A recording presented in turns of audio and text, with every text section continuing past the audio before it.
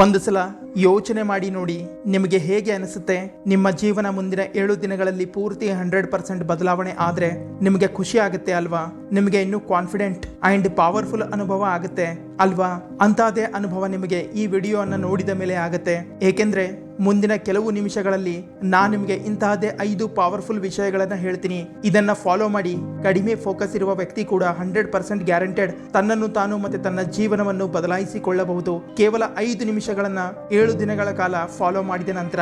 ಅದಕ್ಕಾಗಿ ಈ ಪೂರ್ತಿ ವಿಡಿಯೋ ಎಂಡ್ ವರೆಗೆ ನೋಡಿ, ಕೊನೆಗೆ ನೀವೇ ಥ್ಯಾಂಕ್ಸ್ ಹೇಳಿ ಹೋಗ್ತೀರಾ. ಅದಕ್ಕಿಂತ ಮುಂಚೆ ಮುಂದಿನ 10 ನಿಮಿಷಗಳವರೆಗೆ ಪೂರ್ತಿ ಫೋಕಸ್ ನಿಂದ ಈ ವಿಡಿಯೋ ನೋಡುವ ಚಾಲೆಂಜ್ ತಗೊಳ್ಳಿ. ಏಕೆಂದ್ರೆ ಇದು ನಿಮ್ಮ ಮುಂದಿನ ಜೀವನ ಬದಲಾಯಿಸುವ ಬ್ರಹ್ಮಾಸ್ತ್ರವಾಗಿದೆ. ಏಕೆಂದ್ರೆ ಈ ಮಾತಿನ ನಾ ಸ್ವತಃ ಗ್ಯಾರಂಟಿ ತಗೊಳ್ತೀನಿ. ಮುಂದಿನ 7 ದಿನಗಳಲ್ಲಿ ನೀವು ನಿಮ್ಮ ಜೀವನದಲ್ಲಿ ಒಂದು ತುಂಬಾ ದೊಡ್ಡ ಬದಲಾವಣೆ ನೋಡ್ತೀರಾ. ಏಕೆಂದ್ರೆ ನನಗೂ ಗೊತ್ತು, ನಾವು ಎಲ್ಲವನ್ನೂ ಅಚೀವ್ ಮಾಡಬೇಕು ಅನ್ಕೊಳ್ತೀವಿ, ಆದ್ರೆ ನಮಗೆ ಸರಿಯಾದ ದಾರಿ ಸಿಗೋದಿಲ್ಲ. ಮತ್ತೆ ಪ್ರಯತ್ನ ಪಟ್ಟರು ನಾವು ಏನೂ ಮಾಡೋದಿಲ್ಲ. ಬಟ್ ಡೋಂಟ್ ವರಿ, ಇಷ್ಟು ದಿನ ಆಗದೇ ಇರೋದು ಇನ್ನು ಮುಂದೆ ಸಾಧ್ಯ ಆಗುತ್ತೆ. ಹಾಗಿದ್ರೆ ಬನ್ನಿ ವಿಡಿಯೋ ಪ್ರಾರಂಭ ಮಾಡೋಣ. Point number 1, phone of, screen of and moved on. ಒಂದ್ ವೇಳೆ ನೀವು ಈ ಕೆಲಸ ಮಾಡಿದ್ರೆ ಉಳಿದ 4 ಕೆಲಸ ಮಾಡುವುದು ತುಂಬಾ ಈಸಿ ಆಗಿರುತ್ತೆ. ಬೆಳಿಗ್ಗೆ ಎಲ್ಲಕ್ಕಿಂತ ಮೊದಲು ನಿಮ್ಮ ಕೈನಲ್ಲಿ ಇರುತ್ತೆ ನಿಮ್ಮ ಫೋನ್. ರಾತ್ರಿ ಮಲ್ಕೊಳ್ಳುವಾಗ ಕೊನೆಯದಾಗಿ ನಿಮ್ಮ ಕೈನಲ್ಲಿ ಇರುತ್ತೆ ನಿಮ್ಮ ಫೋನ್. ಅಂದ ಹಾಗೆ ನಿಮಗೆ ಈ ವಿಷಯ ಗೊತ್ತಿಲ್ಲ ಅನ್ಸುತ್ತೆ. ನಿಮ್ಮ ಈ ಫೋನ್ ನಿಮ್ಮ ಜೀವನದಲ್ಲಿನ ಸಕ್ಸಸ್ ಅನ್ನ ತಡೆಯುವ ಅಡ್ಡುಗೋಡೆ ಆಗಿದೆ. ನಂಬಿಕೆ ಬರ್ತಾ ಇಲ್ಲ ಅಂದ್ರೆ ಒಂದು ಸಲ ತಮ್ಮ ಫೋನ್ ಸೆಟ್ಟಿಂಗ್ಸ್ ಆನ್ ಮಾಡಿ ಆವರೇಜ್ ಸ್ಕ್ರೀನ್ ಟೈಮ್ ಚೆಕ್ ಮಾಡಿ.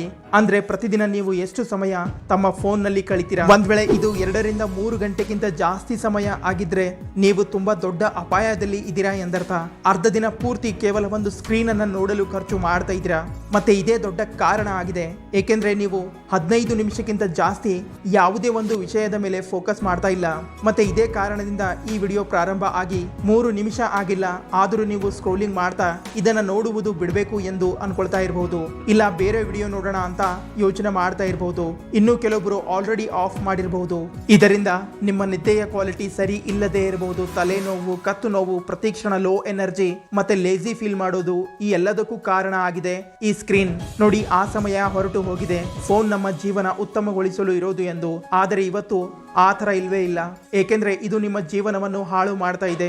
ಯಾವ ವ್ಯಕ್ತಿ ತನ್ನ ಫೋನ್ ನಿಂದ ದೂರ ಉಳಿತಾನೆ ಆತ 95% ಜನರಿಗಿಂತ ತನ್ನ ಜೀವನದಲ್ಲಿ ಮುಂದೆ ಹೋಗ್ತಾನೆ. ಮುಂದಿನ 7 ದಿನಗಳವರೆಗೆ, ಕೇವಲ 7 ದಿನಗಳವರೆಗೆ ತಮ್ಮ ಫೋನ್ ಅನ್ನ ಆಫ್ ಮಾಡಿ, ಸ್ಕ್ರೀನ್ ಆಫ್ ಮಾಡಿ.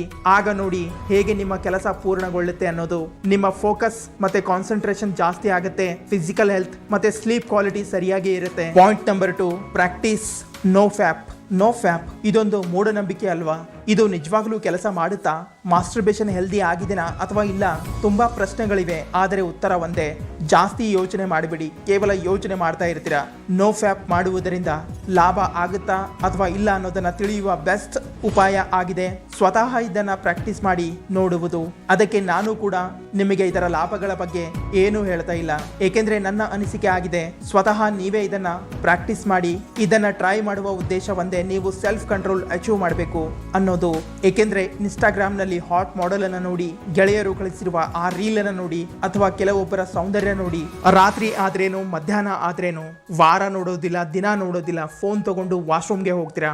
ನೋಡಿ, ಫೋನ್ ನ ಡಿಸ್ಟ್ರಾಕ್ಷನ್ ನಿಂದ ನೀವು ಒಂದು ಸಲ ಪಾರಾಗಬಹುದು, ಆದ್ರೆ ಈ ಹೊಲಸು ತುಂಬಿರುವ ಮೈಂಡ್ ಅನ್ನ ಸ್ವಚ್ಛ ಮಾಡಿಕೊಳ್ಳಲೇಬೇಕಾಗತ್ತೆ ಅಲ್ವಾ? ಅದಕ್ಕೆ ಈ ನೋ ಫ್ಯಾಪಿಂಗ್ ಅನ್ನ ಪ್ರಾಕ್ಟೀಸ್ ಮಾಡಬೇಕು. ಕೆಟ್ಟ ಯೋಚನೆಗಳು ಬಂದ್ರೆ ಅವುಗಳನ್ನ ಕಂಟ್ರೋಲ್ ಮಾಡುವುದನ್ನ ಕಲಿಯಿರಿ. ಎಷ್ಟು ಬಾರಿ ನೀವು ಇದನ್ನ ಪ್ರಾಕ್ಟೀಸ್ ಮಾಡ್ತೀರಾ ಅಷ್ಟೇ ನೀವು ಇದನ್ನ ಗೆಲ್ತಾ ಹೋಗ್ತೀರಾ. ಪ್ರಾರಂಭ ಮಾಡಲು ಕೇವಲ 7 ದಿನಗಳವರೆಗೆ ಇದನ್ನ ಕಂಟ್ರೋಲ್ ಮಾಡಿ. ಈ 7 ದಿನಗಳಲ್ಲಿ ಯಾವುದೇ ತರಹದ ಪಾರ್ನ್ ಅಥವಾ ಮಾಸ್ಟರ್ಬೇಷನ್ ಅನ್ನ ಅವಾಯ್ಡ್ ಮಾಡಬೇಕು. ಮತ್ತೆ 7 ದಿನಗಳ ನಂತರ ಈ ವಿಡಿಯೋನ ಕಮೆಂಟ್ ಬಾಕ್ಸ್ ನಲ್ಲಿ ನಿಮ್ಮ ಅನುಭವ ಕಮೆಂಟ್ಸ್ ಮಾಡಿ ತಿಳಿಸಿ. Point number 3, master your time. ನೋಡಿ, ಯಾವಾಗ ನನ್ನ ಟೈಮ್ ಸರಿಯಾಗಿ ನಡೀತಾ ಇಲ್ಲ ಅಂತ ನಿಮಗೆ ಅನಿಸಿದಾಗ ಆಗ ನಿಮ್ಮ ಟೈಮ್ ಸರಿಯಾಗಿಯೇ ಇರುತ್ತೆ, ಆದರೆ ನೀವು ತಮ್ಮ ಸಮಯವನ್ನು ಸರಿಯಾಗಿ ಉಪಯೋಗಿಸಿಕೊಳ್ಳೋದಿಲ್ಲ. ಏಕೆಂದ್ರೆ ಸಮಯ ಎಲ್ಲರ ಬಳಿ ಒಂದೇ ತರ ಇರುತ್ತೆ, ಯಾರಿಗೂ ಕೆಟ್ಟದಾಗಿ ಇರೋದಿಲ್ಲ. ಆದರೆ ಜನ ಕೆಟ್ಟವರಾಗಿರ್ತಾರೆ, ಸಮಯ ಅಲ್ಲ. ನೀವು ಸರಿಯಾದ ಸಮಯದಲ್ಲಿ ತಮ್ಮ ಕೆಲಸ ಪೂರ್ಣಗೊಳಿಸ್ತಾ ಇಲ್ಲ ಅಂದ್ರೆ ಅಥವಾ ನೆಪ ಮಾಡುವ ಅಭ್ಯಾಸ ನಿಮಗೆ ರೂಢಿಯಾಗಿದ್ರೆ ನೀವು ಅದೆಷ್ಟೇ ವಿಡಿಯೋ ನೋಡಿ, ಪುಸ್ತಕ ಓದಿ, ಈ ಪೂರ್ತಿ ಜಗತ್ತಿನ ಟಿಪ್ಸ್ ಅಂಡ್ ಟ್ರಿಕ್ಸ್ ಉಪಯೋಗಿಸಿಕೊಳ್ಳಿ, ಏನಾದ್ರೂ ಮಿಸ್ ಆಗೇ ಆಗುತ್ತೆ. ನಂತರ ಮುಂದೆ ಹೋಗಿ ನಿಮಗೆ ತುಂಬಾ ಪಶ್ಚಾತ್ತಾಪ ಕೂಡ ಆಗುತ್ತೆ. ನೋಡಿ, ಒಬ್ಬ ವಿದ್ಯಾರ್ಥಿ ತನ್ನ ಟೈಮ್ ಮ್ಯಾನೇಜ್ ಮಾಡಲಿಲ್ಲ ಅಂದ್ರೆ ಆತ ಫೇಲ್ ಆಗಬಹುದು. ಒಬ್ಬ ಎಂಪ್ಲಾಯಿ ತನ್ನ ಟೈಮ್ ಮ್ಯಾನೇಜ್ ಮಾಡಲಿಲ್ಲ ಅಂದ್ರೆ ಅವನಿಗೆ ಕೆಲಸದಿಂದ ಕಿತ್ತು ಹಾಕಬಹುದು. ಒಬ್ಬ ಹಸ್ಬೆಂಡ್ ತನ್ನ ಹೆಂಡತಿ ಮಕ್ಕಳಿಗೆ ಟೈಮ್ ಕೊಡ್ಲಿಲ್ಲ ಅಂದ್ರೆ ಅವನಿಗೆ ಯಾರೂ ಗೌರವ ಕೊಡೋದಿಲ್ಲ. ಅದೇ ತಮ್ಮ ಹೆಲ್ತ್ಗೆ ನೀವು ಟೈಮ್ ಕೊಡಲಿಲ್ಲ ಅಂದ್ರೆ ರೋಗಗಳು ಬೇಗ ಅಂಟಿಕೊಳ್ಳುತ್ತೆ. ಈಗ ಸ್ವಲ್ಪ ಸೂಕ್ಷ್ಮವಾಗಿ ಗಮನಿಸಿ. ನಿಮ್ಮ ಜೀವನದಲ್ಲಿ ಎಲ್ಲವೂ ಆಯ್ಕೆಗಳಾಗಿವೆ. ಅದನ್ನ ನೀವು ಪ್ರತಿ ಕ್ಷಣ ತಗೊಳ್ತಾ ಇರ್ತೀರಾ. ನೋಡಿ, ಜೀವನ ನಿಮಗೆ ಅದೆಷ್ಟೇ ಅವಕಾಶಗಳನ್ನ ನೀಡುತ್ತೆ, ಪ್ರತಿದಿನ, ಪ್ರತಿ ನಿಮಿಷ ಮತ್ತೆ ಪ್ರತಿ ಸೆಕೆಂಡ್. ಆದರೆ ಆಯ್ಕೆ ನಿಮ್ಮ ಬಳಿ ಇರುತ್ತೆ. ನೀವು ಅದನ್ನ ಮಾಡ್ತೀರಾ, ನಿಮಗೆ ಅದನ್ನ ಮಾಡುವುದು ಇಂಪಾರ್ಟೆಂಟ್ ಮತ್ತೆ ಸರಿಯಾಗಿದೆ. ಇಲ್ಲ ಅದನ್ನ ಮಾಡ್ತೀರಾ, ಅದರಿಂದ ನಿಮಗೆ ಕೆಲವು ನಿಮಿಷದವರೆಗೆ ಅಷ್ಟೇ ಖುಷಿ ಸಿಗುತ್ತೆ. ಈ ಎರಡರಲ್ಲೂ ತುಂಬಾ ವ್ಯತ್ಯಾಸ ಇದೆ. ಒಂದು ನಿಮ್ಮ ಜೀವನ ಬದಲಾವಣೆ ಮಾಡುತ್ತೆ, ಇನ್ನೊಂದು ನಿಮ್ಮ ಜೀವನ ಹಾಳು ಮಾಡುತ್ತೆ. ಅದಕ್ಕೆ ಮುಂದಿನ 7 ದಿನಗಳವರೆಗೆ ತಮ್ಮ ಹೃದಯದ ಮಾತು ಕಡಿಮೆ, ತಮ್ಮ ಮೈಂಡ್ ನ ಮಾತು ಜಾಸ್ತಿ ಕೇಳಿ. ಪ್ರತಿಯೊಂದಕ್ಕೂ ಒಂದು ಟೈಮ್ ನಿರ್ಧಾರ ಮಾಡಿ. ಯಾವಾಗ ಓದ್ಬೇಕು, ಯಾವಾಗ ಕೆಲಸ ಮಾಡಬೇಕು, ಯಾವಾಗ ಎದ್ದೇಳ್ಬೇಕು ಮತ್ತೆ ಯಾವಾಗ ಮಲ್ಕೊಳ್ಬೇಕು. ತಮ್ಮ 24 ಗಂಟೆಯ ಒಂದು ರೂಟೀನ್ ನಿರ್ಮಾಣ ಮಾಡಿಕೊಳ್ಳಿ. ತಮ್ಮ ಸಮಯದ ಕಂಟ್ರೋಲ್ ತಮ್ಮ ಕೈನಲ್ಲಿ ತಗೊಳ್ಳಿ. ಮತ್ತೆ ಎಲ್ಲಕ್ಕಿಂತ ಇಂಪಾರ್ಟೆಂಟ್, ಬೆಳಗಿನ 4 ಗಂಟೆಯಲ್ಲಿ ತಮ್ಮ ಪೂರ್ತಿ ಫೋಕಸ್ ಹಾಕಿ. ಇದು ಪೂರ್ತಿ ದಿನದ ಎಲ್ಲಕ್ಕಿಂತ ಬೆಸ್ಟ್ ಸಮಯ ಆಗಿದೆ. Point number 4, don't think, just do. ನೋಡಿ, ಅತ್ಯಧಿಕ ಜನರಲ್ಲಿ ಒಂದು ಕೆಟ್ಟ ಅಭ್ಯಾಸ ಇರುತ್ತೆ. ಅವರು ಯೋಚನೆ ಜಾಸ್ತಿ ಮಾಡ್ತಾರೆ, ಆದರೆ ಕಾರ್ಯ ಏನು ಮಾಡೋದಿಲ್ಲ. ಮತ್ತೆ ಇದೇ ಒಂದು ವಿಷಯ ಒಳ್ಳೆಯ ಕೆಲಸ ಮಾಡಲು ನಮ್ಮನ್ನ ತಡಿತಾ ಇರುತ್ತೆ. ಅದುವೇ ಓವರ್ ಥಿಂಕಿಂಗ್. ನೋಡಿ, ನೀವು ನಾರ್ಮಲಿ ಯಾವುದೋ ಒಂದು ವಿಷಯದ ಬಗ್ಗೆ ಯೋಚನೆ ಮಾಡಿದ್ರೆ ಯಾವುದೇ ವ್ಯತ್ಯಾಸ ಕಾಣಿಸೋದಿಲ್ಲ. ಅದೇ ನೀವು ಒಂದೇ ವಿಷಯದ ಬಗ್ಗೆ ಜಾಸ್ತಿ ಯೋಚನೆ ಮಾಡಲು ಪ್ರಾರಂಭ ಮಾಡಿದ್ರೆ ಇದು ನಿಮ್ಮನ್ನ ತೊಂದರೆ ಕೊಡಲು ಪ್ರಾರಂಭ ಮಾಡುತ್ತೆ. ಅದೇ ನೀವು ಒಂದೇ ವಿಷಯದ ಬಗ್ಗೆ ದಿನವಿಡೀ ಯೋಚನೆ ಮಾಡ್ತಾ ಇದ್ರೆ ನಿಮ್ಮ ಬ್ರೈನ್ಗೂ ನೋವು ಮತ್ತೆ ಸುಸ್ತು ಆಗಲು ಪ್ರಾರಂಭ ಆಗುತ್ತೆ. ಇದರಿಂದ ನಿಮ್ಮಲ್ಲಿ ಯಾವುದೇ ಕೆಲಸ ಮಾಡುವ ಎನರ್ಜಿ ಇರೋದಿಲ್ಲ. ನಿಮ್ಮ ಮೋಟಿವೇಶನ್ ಹಾಳಾಗುತ್ತೆ. ನಿಮ್ಗೆ ಆಂಕ್ಷಿಯಸ್ ಮತ್ತೆ ಡಿಪ್ರೆಸ್ ಫೀಲ್ ಆಗಲು ಪ್ರಾರಂಭ ಆಗುತ್ತೆ. ನೋಡಿ, ಇದೇ ಓವರ್ ಥಿಂಕಿಂಗ್ ಬದಲಾವಣೆಯ ವಿರುದ್ಧ ಕೆಲಸ ಮಾಡುತ್ತೆ. ಒಂದ್ ವೇಳೆ ನೀವು ಬದಲಾಗಬೇಕು ಅಂತ ಅನ್ಕೊಂಡಿದ್ರೆ ಈ ಅಭ್ಯಾಸವನ್ನು ಬಿಡಬೇಕಾಗತ್ತೆ. ಅದಕ್ಕೆ ಈ ಚಾಲೆಂಜ್ ಅನ್ನ 7 ದಿನಗಳಲ್ಲಿ ಈ ಸಿಂಪಲ್ ಟ್ರಿಕ್ಸ್ ಅನ್ನ ಅಪ್ಲೈ ಮಾಡಿ. ಯಾವಾಗ ನೀವು 5 ನಿಮಿಷವೂ ಓವರ್ ಥಿಂಕಿಂಗ್ ಮಾಡಲು ಪ್ರಾರಂಭ ಮಾಡಿದ್ರೆ ಅದನ್ನ 5 ಸೆಕೆಂಡ್ ವರೆಗೆ ಯೋಚನೆ ಮಾಡಿ ಅಲ್ಲಿಗೆ ನಿಲ್ಲಿಸಿ. ಮತ್ತೆ 5, 4, 3, 2, 1 ಎಂದು ಎಣಿಕೆ ಮಾಡಿ. ತನ್ನನ್ನು ತನಗೆ ಹೇಳಿ, ಡೋಂಟ್ ಥಿಂಕ್, ಜಸ್ಟ್ ಡೂ. ಈ ತರ ತಮ್ಮ ಓವರ್ ಥಿಂಕಿಂಗ್ ಅನ್ನ ನಿಲ್ಲಿಸಬಹುದು. ಇದನ್ನ ಮೇಲ್ ರಾಬಿನ್ಸ್ ಅವರ 5 ಸೆಕೆಂಡ್ ರೂಲ್ ಅಂತಾರೆ.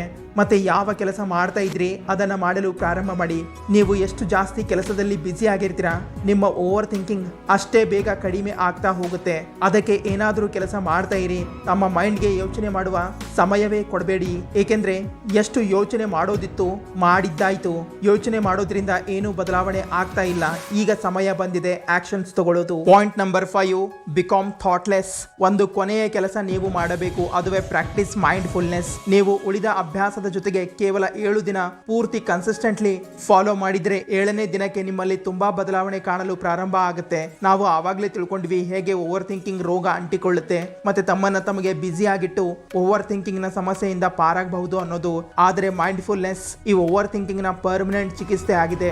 ಒಂದ್ ವೇಳೆ ನೀವು ಇದನ್ನ ಮಾಸ್ಟರ್ ಮಾಡಿದ್ರೆ ನೀವು ಅಷ್ಟೊಂದು ಶಕ್ತಿಶಾಲಿ ಆಗಿರ್ತೀರಾ. ಅದರಿಂದ ನಿಮಗೆ ಯಾವುದನ್ನ ಗೆಲ್ಲಲು ಕಷ್ಟ ಅನಿಸೋದಿಲ್ಲ. ಹಾರ್ವರ್ಡ್ ಯೂನಿವರ್ಸಿಟಿಯಲ್ಲಿ ನಡೆದ MRI ಸ್ಟಡಿನಲ್ಲಿ ಗೊತ್ತಾಗಿದೆ, ಯಾರೆಲ್ಲ ಒಂದು ವಾರ ಮೈಂಡ್ಫುಲ್ನೆಸ್ ಕೋರ್ಸ್ ಕಂಪ್ಲೀಟ್ ಮಾಡಿದ್ರು, ಅಂದ್ರೆ ಯಾರು 8 ದಿನಗಳವರೆಗೆ ಪ್ರತಿದಿನ ಧ್ಯಾನ ಮಾಡಿದ್ರು, ಅವರಿಗೆ ಅರ್ಥ ಆಗಿತ್ತು ಅವರ ಬ್ರೈನ್ ನ ಗ್ರೇ ಮ್ಯಾಟರ್ ನ ಏರಿಯಾ ಜಾಸ್ತಿ ಆಗಿತ್ತು. ಇದು ನಮ್ಮ ಎಂಪತಿ ಮತ್ತೆ ಸೆಲ್ಫ್ ಅವೇರ್ನೆಸ್ ಸಲುವಾಗಿ ರೆಸ್ಪಾನ್ಸಿಬಲ್ ಆಗಿರುತ್ತೆ.